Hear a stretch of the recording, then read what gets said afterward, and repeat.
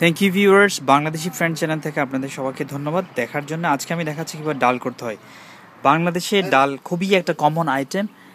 এখানে ডাল খুবই প্রোটিন সমৃদ্ধ খাবার। আপনি দেখতে পাচ্ছেন আমরা যা যা উপকরণ ইউজ করছি ডালে, এখানটায় দেখতে পাচ্ছেন আপনি খুবই কমন আইটেমগুলি দেখেন। এখানে আপনি মরিচ দিবেন, কিন্তু কাঁচা মরিচ, লাল মরিচটা, সাথে হলুদ, পেঁয়াজ, রসুন আর তেজপাতা আর ধনিয়া পাতা, এই দুটো দিবেন ফ্লেভারের জন্য।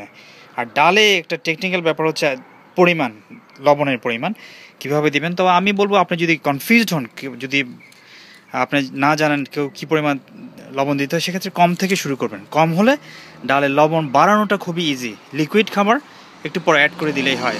আপনি সিদ্ধ করে নেবেন ডাল এবং মেক শিওর করবেন ডালগুলো যেন নরম হয়। নরম হওয়ার পরে আপনি সব ঢেলে দিবেন এবং দুটো জিনিস পরে দিবেন, একটা হচ্ছে আপনার ধনিয়া পাতা আর একটা হচ্ছে তেজপাতা। এগুলি একটু পরে দিলে হয়, বাকি সবগুলি দিয়ে দিবেন।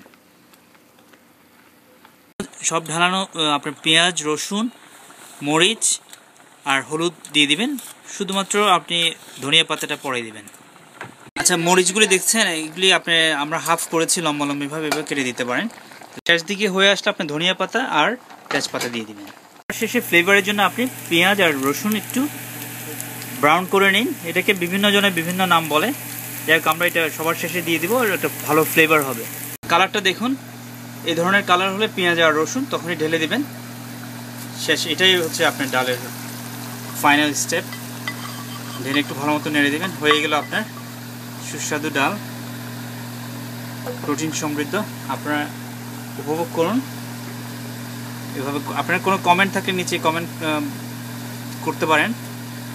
আর thank you viewers, thank you for watching, please subscribe.